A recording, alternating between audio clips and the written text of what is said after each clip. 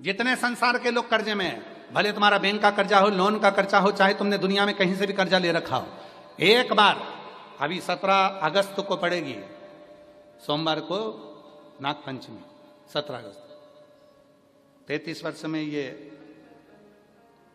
7वीं बार आ रही, बहुत रुक रुक के आती है सोमवार के, बहुत रुक रुक के, और ना जाने फिर अगला योग कब लगेगा।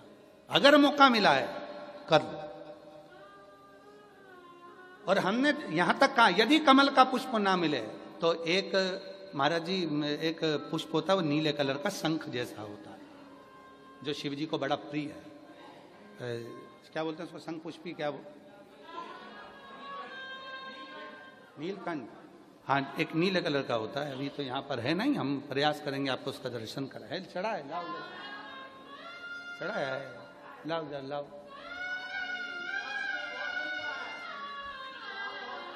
अच्छा यहाँ मिलता है, अच्छा हाँ ये देखो, अगर मान लो तुम्हें नील कमल ना मिले, नील कमल प्राप्त ना हो, कहीं सरोवर तालाब में अभी बहुत बारिश हो रही है, कहीं जाना नहीं, नील कमल नहीं मिल रहा है, तो ये नीला पुष्प अगर आपको मिल जाए, एक बार नील निधि के नाम से शिव को समर्पित करना और बाबा को समर्पित कर कर उसी को वापिस लेकर आना। बाबा मेरे घर में अष्ट सिद्धि नव निधि निवास करे, कृपा करना। 1 साल के अंदर आप सब पत्र में लिखकर भेजोगे कि आपको किसी के दरवाजे पर हाथ फेराने की जरूरत नहीं पड़ेगी, भगवान जो वैभव देगा वो देखते बनेगा। नील निधि,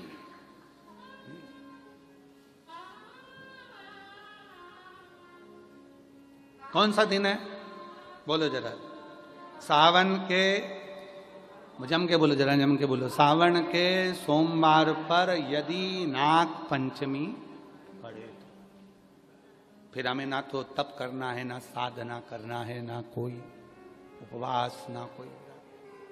और एक और चीज बड़ी सुंदर लिखी है महाराज,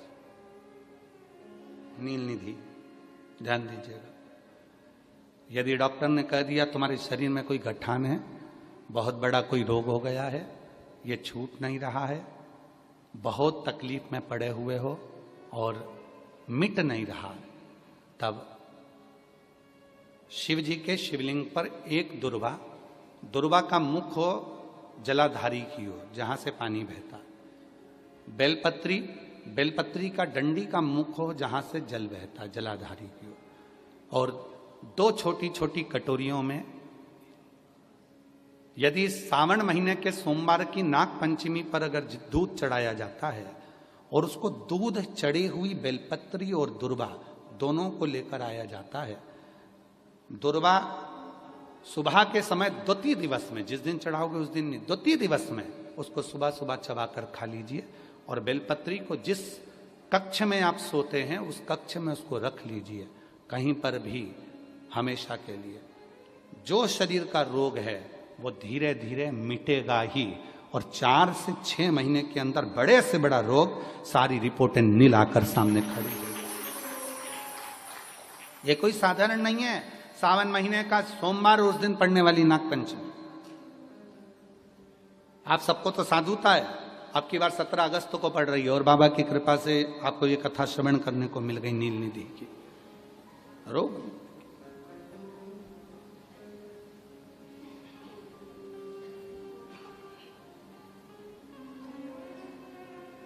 और हे शंभु बाबा मेरे तीनों लोक में तू ही तू, हे शंभु बाबा मेरे भोलेनाथ, तीन लोक में तू ही तू, श्रद्धा सुमन मेरा मन बेल पत्री, जीवन भी अर्पण कर दूं, हे शंभु बाबा मेरे भोलेनाथ, तीनों लोक में तू ही तू। हर जगह पर वही है, कथा वही है। जल भी आप चढ़ा रहे हो, दूध भी आप चढ़ा रहे हो, बेलपत्र भी चढ़ा रहे हो, पर तरीके अलग हैं। बाबा जी, कई लोग कहते हैं कि हम